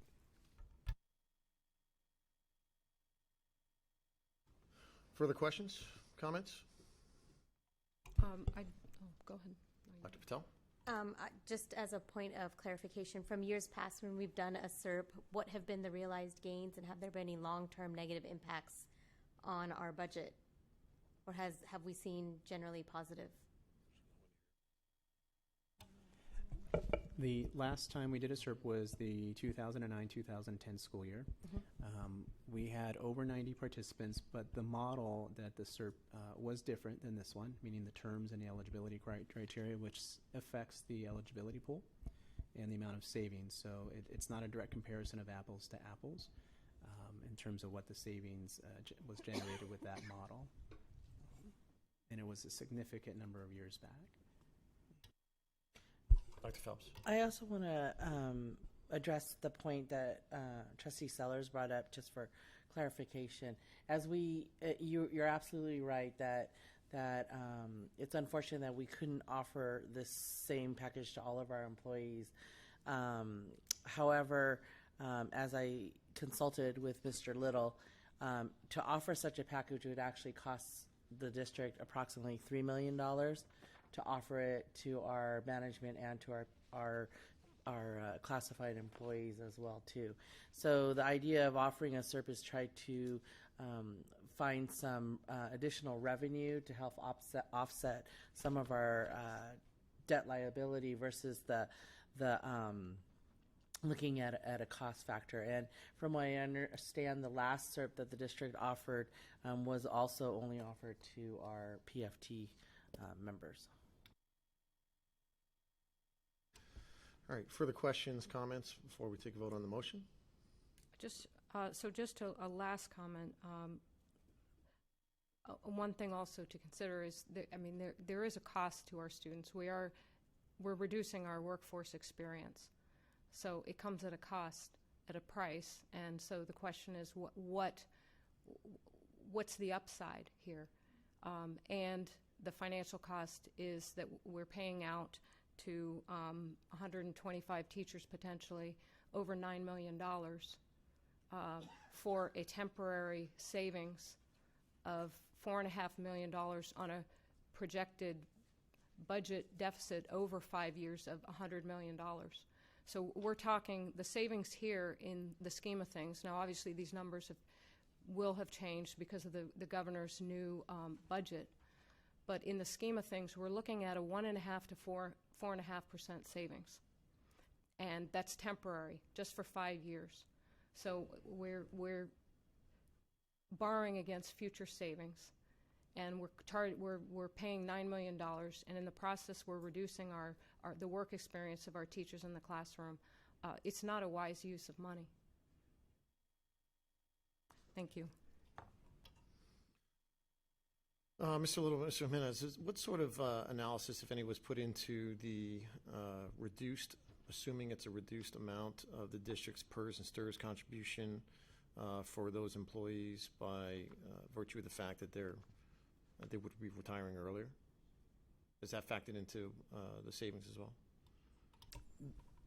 Are you asking the reduction in the employer contribution of STIRS primarily, given the differential in the pay grades? Correct. That's a good question. I think that was factored in. It was factored. It was factored into it. Yes. In addition to, I think, Mr. Little, can you address the fact that if we are offering the ability to not retire from the STIR system, therefore the elimination of the cost of retirement if they take advantage of do so?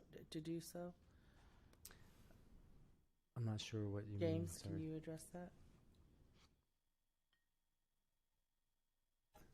So the terms of the SERP is that it requires a resignation, but not necessarily a retirement through the STIR system. I don't anticipate there'll be many in that situation, but there could be some, which means if they are not retiring through the STIR system, they are not eligible for retiree benefits through Poway Unified School District. So there are some differences there in terms of whether an employee decides to retire concurrently at the same time of the SERP through the STIR system. Yeah, so we projected X number of dollars for every potential retiree, whether it was 90 or 125, to cover them if they were to retire from STIRS and PERS. We assumed everyone was retiring from STIRS and PERS, so they would be covered until the age of 65 when they became eligible for Medicare by our contract language. So to the extent, to Trustee Zane's point, to the extent, or Superintendent Phelps' point, to the extent that whatever number of people don't retire and seek employment elsewhere, then the district would not have to pay for those ongoing medical costs until Medicare age. Those would be additional savings, right, which would augment what we have. Thank you. Further board member comments and questions? Okay, there's a motion on the floor to reject the, let me just read it. Pardon me. There's a motion and a second on the floor to not approve the resolution entitled Adoption of Supplemental Overtime Plan for Poway Federation of Teachers Representing Employees. All in favor? Aye. Aye. Opposed? Nay. No. Nay. Okay. The motion fails. Motion to approve. Motion to approve by Trustee O'Connor-Ratcliffe. A second. Further discussion? Okay. All in favor? Did I hear a second? I second. All in favor? Aye. Aye. Opposed? Nay. Nay. Okay. Motion carries on a vote of 3-2. Thank you very much for your presentation.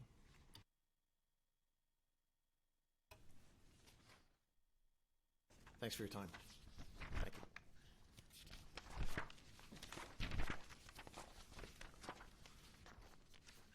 Brings us to item 8.2, Mr. Jimenez, initial proposal to sunshine articles for contract negotiations from Poway Federation of Teachers for 2018-2019. Thank you, President Zane. The board is presented with an information item. This is the initial proposal to sunshine articles for contract negotiations from our Poway Federation of Teachers. Their current contract is due to expire on June 30th, 2018. This is an initial proposal, which you can see from the attached proposal, a summary of the articles that they wish to negotiate in contract negotiations and components within each.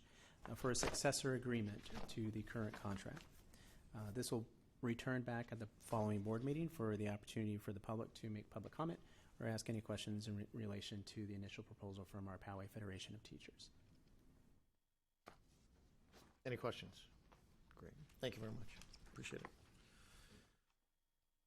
Brings us to item 10.1. Superintendent Phelps. Thank you, President Zane. On December 14, 2017, during our regularly scheduled board meeting, the governing board was unsuccessful in electing one of our members to fill the office of district clerk.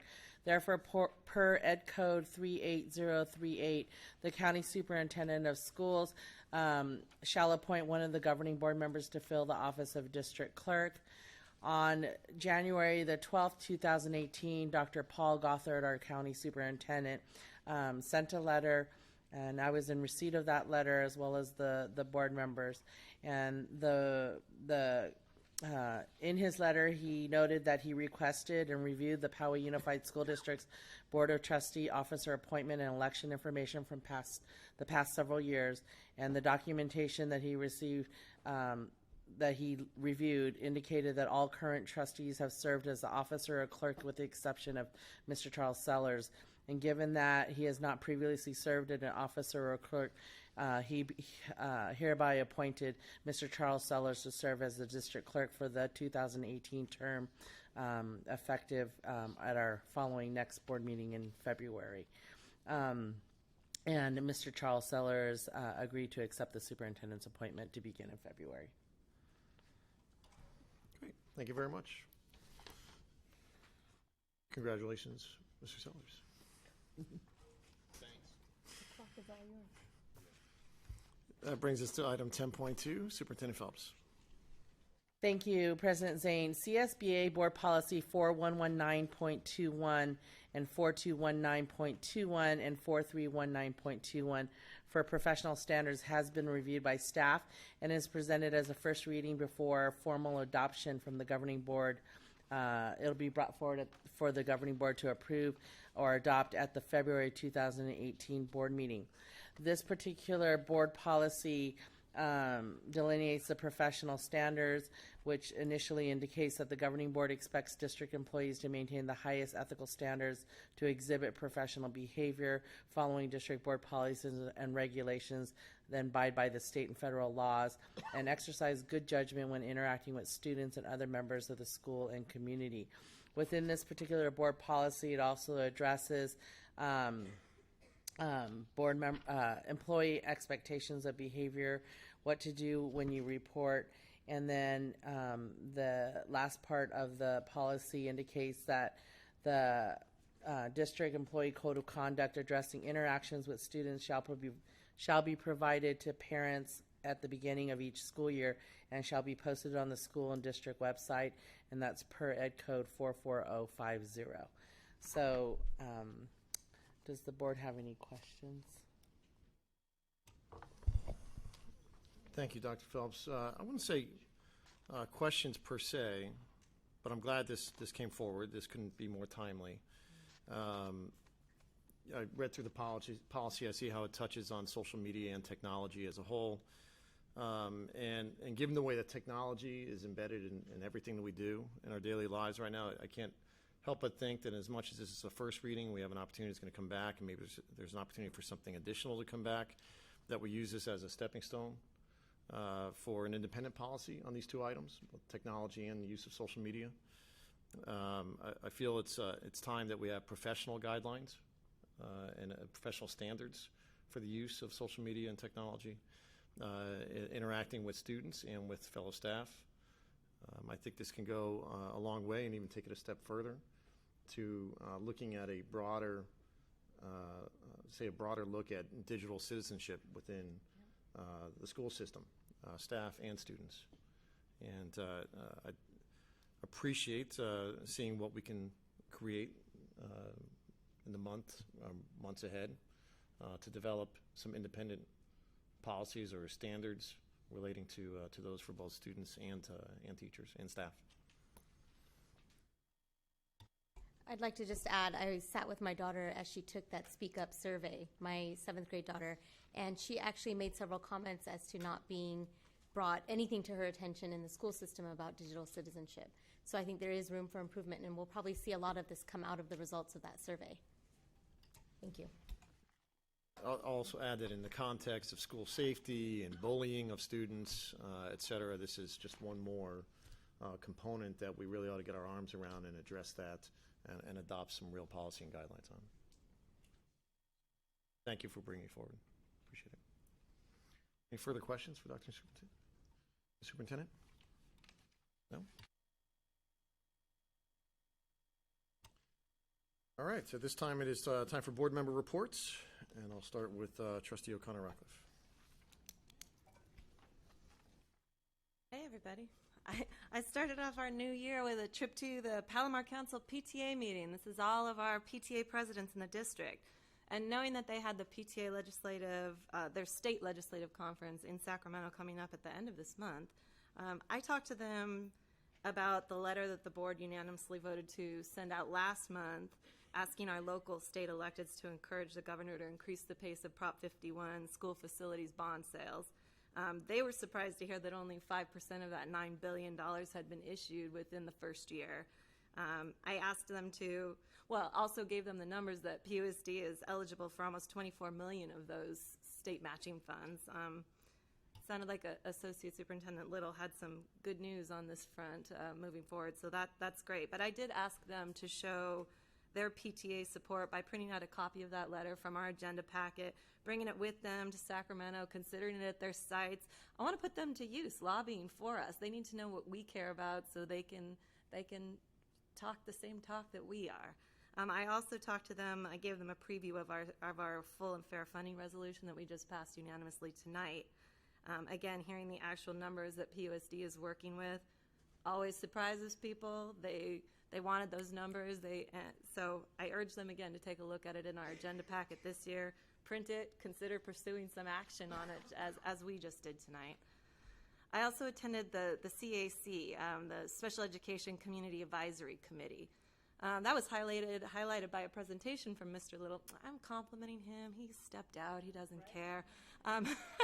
But he gave them a presentation on the special education budget in our district, and he offered me a chance to chime in at one point on the reasons for the poor funding levels from the state. This is categorical funding from the state, and he pointed at me, and I thought, oh, you think you're putting me on the spot, but you're not. This is my drum to beat. So I shared that there's a really wonderful set of recommendations out from the State Advisory Committee on Special Education that calls for updating really outdated funding model at the state level that would more appropriately match the needs of districts, but that no legislator so far has taken it up. So again, I'm urging members there with a special interest in special education to also do some lobbying independently and become more familiar with the recommendations. Lobby our Sacramento electeds. Get somebody moving on this. This is separate from LCFF, and we need to do something about it. It's abysmal. Our special education costs are rising year over year, and we're getting almost nothing except that little COLA, 1%. Our costs are going up much, much faster than that. They're also talking about reworking their local plan that we have currently, which I understand from the meeting is quite out of date. So that's work to look forward to. A couple school visits I went on. At the first FICMAT Special Education Planning meeting, Principal LeMaster from Rancho Bernardo High School invited me to come out to RB to see the things they're doing in special education. And he certainly doesn't disappoint. Aside from picking up every little piece of trash he could find as we walked around campus, he also shared a very well-conceived master's schedule that incorporate, with their new 4x4 schedule. We popped into a lot of classrooms to see it in action, and he specifically showing me these collaborative and layered classes that they do. They do them in science, history, math, Spanish, civics, and economics. They are all accomplished with co-teaching, and it helps provide the gen ed curriculum to students who receive special education, and they also set a really nice inclusive tone, an LRE, least restrictive environment, making sure those classes include gen ed peers for those students who are receiving special education. More co-teaching models like this could really improve our inclusion practices around the district. And I've had a chance to see the co-teaching models at Del Norte. They're very innovative, but they are different than what Rancho Bernardo High School is doing. Both of them are wonderful. They do it a little differently, but again, I'd like to reiterate that I would love to see our FICMAT planning group, and I think their next meeting is coming up next week, consider the successful things like this that are already happening in our schools as that group builds recommendations for improving our district-wide special education. If we're doing something right in a few places, let's push it out. Make sure everybody has an opportunity, or maybe is even required, to start trying it too. I think that's a big thing that I really hope that group does. And lastly, Morning Creek Elementary School. This is a no excuses university school, and they were doing just such a fun Friday flag. Every classroom at Morning Creek Elementary School has a college for their classroom, and they're flying the flags. They're wearing their college T-shirt out at their Friday flag, and every classroom does a cheer for their college. It was fabulous. I was able to record, video several of them. I wanted Stanford's, of course, because they fear the tree, just like you all should. So it was also an exploration day, and as Principal Taylor and I popped through classrooms, we got to see some of those exploration lessons in progress. Loved them. But more important to me, more telling to me, as we passed through the library, there was a group of teachers whose classes were doing exploration, but what were they doing? They were collaborating intensively to the point that they didn't even look up as we're passing through. It was great, and I think that was a great reminder for me. Above and beyond what exploration does for our kids, it is vital for these teachers, and that was very, very clear at how engaged they were with each other, talking through really important things that they want to do in their curriculum. And that'll do it for me. Oh, Ability Awareness Day. I gotta beat this drum. There's a celebration coming up at Adobe Bluffs next week. I know you were all invited. I hope I see you there. I'm a co-chair. This is my PTA parent hat. Thanks. Ms. Beatty. I have no formal report this evening, just one request in light of the new year.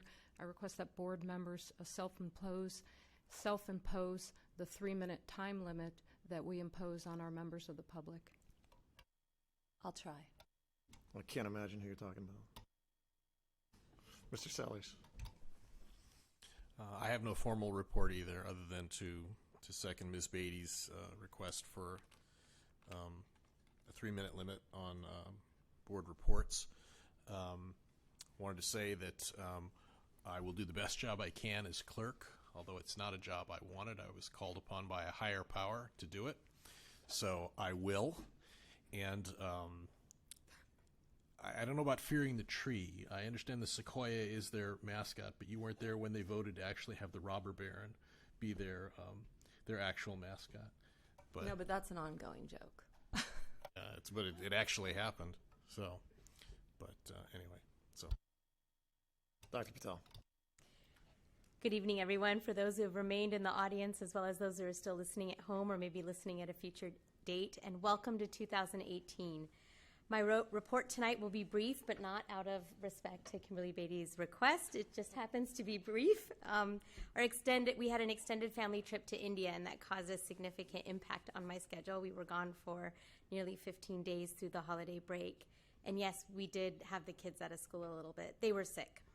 My daughters are finally over their jet lag, and that's just in time for their MAPS testing that have already started.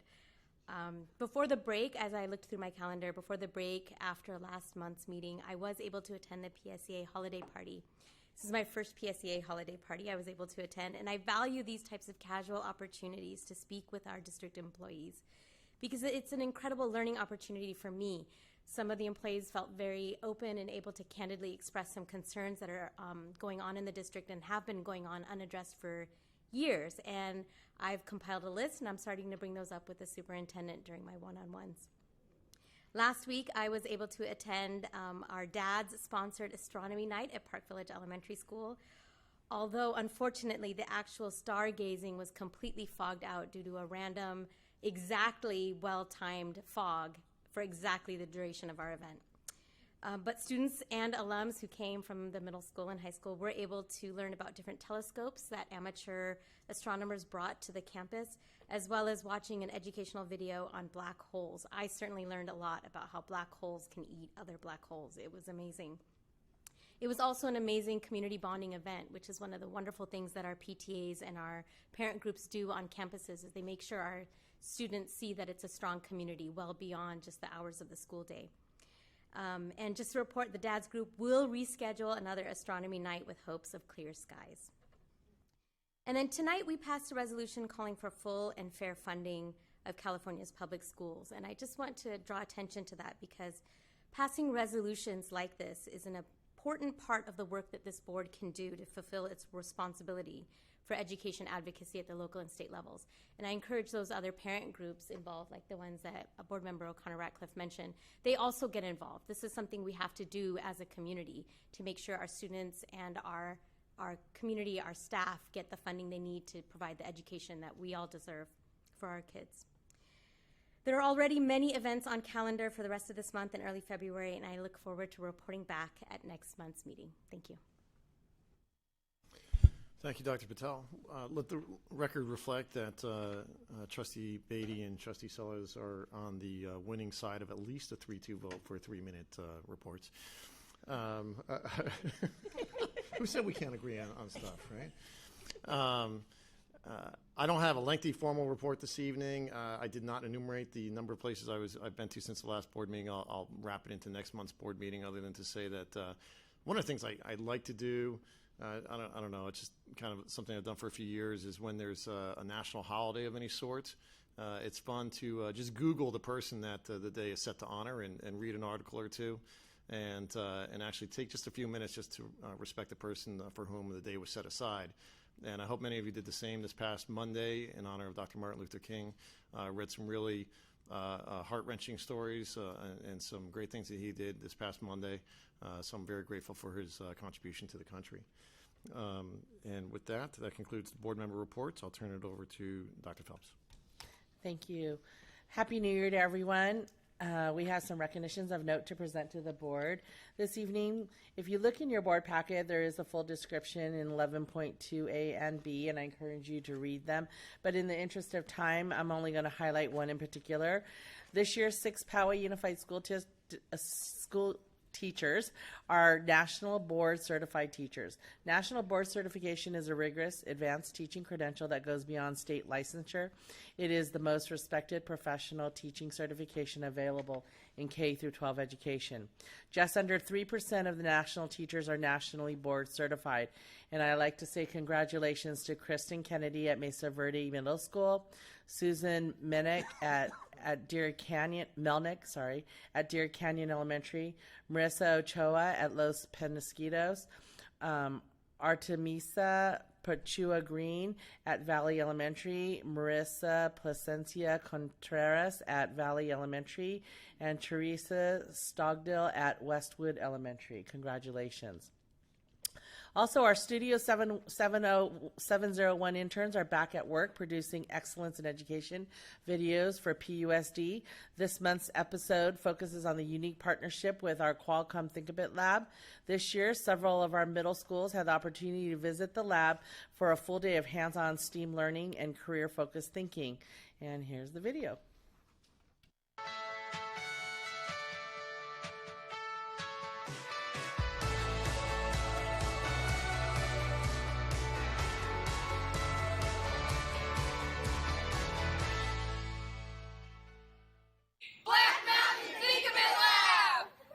The inventors and innovators of tomorrow may be getting their start here. If your invention is like insanely awesome, no joke, I could call a couple patent attorneys.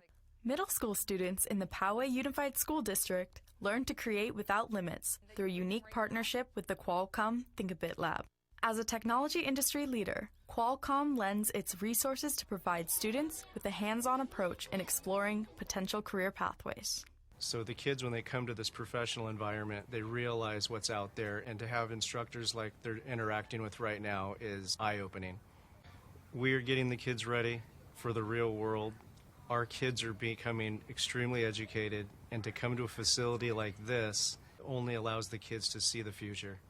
The Think a Bit Lab provides a free and open environment for them to experiment and branch out into the world of creativity through STEM. Students take on the roles of engineers and developers for the day, designing and programming to solve real-life problems with their inventions. And that's really the innovation and the inventor inside of all of us that sometimes I think gets stunted or gets cut off at some age. And we really want to re-energize that by saying, go explore, go be creative.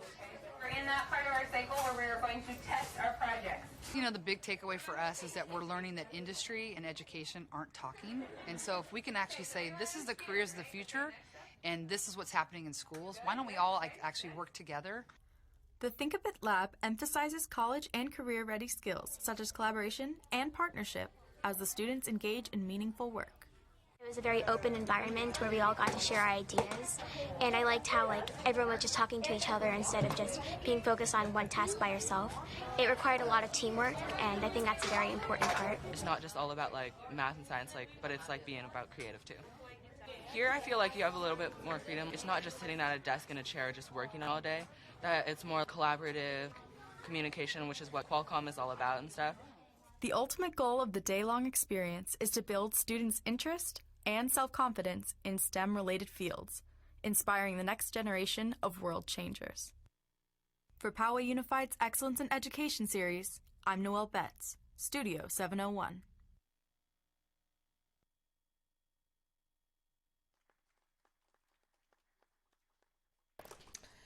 On a quick note, I just want to let you know also too that this evening Mr. Little brought to my attention that today we received notice from the Senator Joel Anderson's office that they did receive the board's letter in regards to the Prop 51 bond sale that we sent in December, and that he has requested that Governor Brown respond to explain the current pace of the bond sales as well too. So I wanted to bring that to the attention of the board.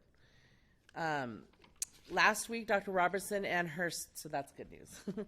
Last week, Dr. Robertson and her staff held 2 well-attended orientations for School Site Local Control Accountability Plan, or the LCAP, community forums. The forums will be taking place at all of our schools in late January and February 2018. We hope as many of our stakeholders as possible will participate in these important meetings. Your input will help us to decide our funding priorities as we move forward.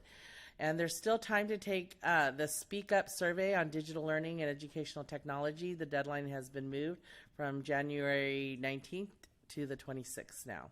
Please take the time to provide us with this important data for our future work, and you can find the link on the district homepage, powayusd.com. Earlier this week, we celebrated Martin Luther King Day. Leading up to the holiday, many of our classrooms incorporated Dr. King into their learning. For example, students at Stone Ranch participated in a live virtual event with students from around the world, sharing comments, reactions, and reflections in an international conversation about Dr. King's contributions. I want to end my report on a quote from Dr. King. Quote, if you can't fly, then run. If you can't run, then walk. If you can't walk, then crawl, but by all means, keep moving.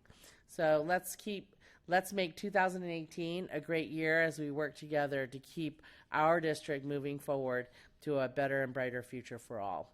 Thank you. Thank you, Dr. Phelps, and everyone for attending this evening. That concludes our meeting this evening. Our next regularly scheduled board meeting will be on Thursday, February 8th, 2018 at 6 p.m. here at the Poway Unified School District office. We are adjourned at 8:05.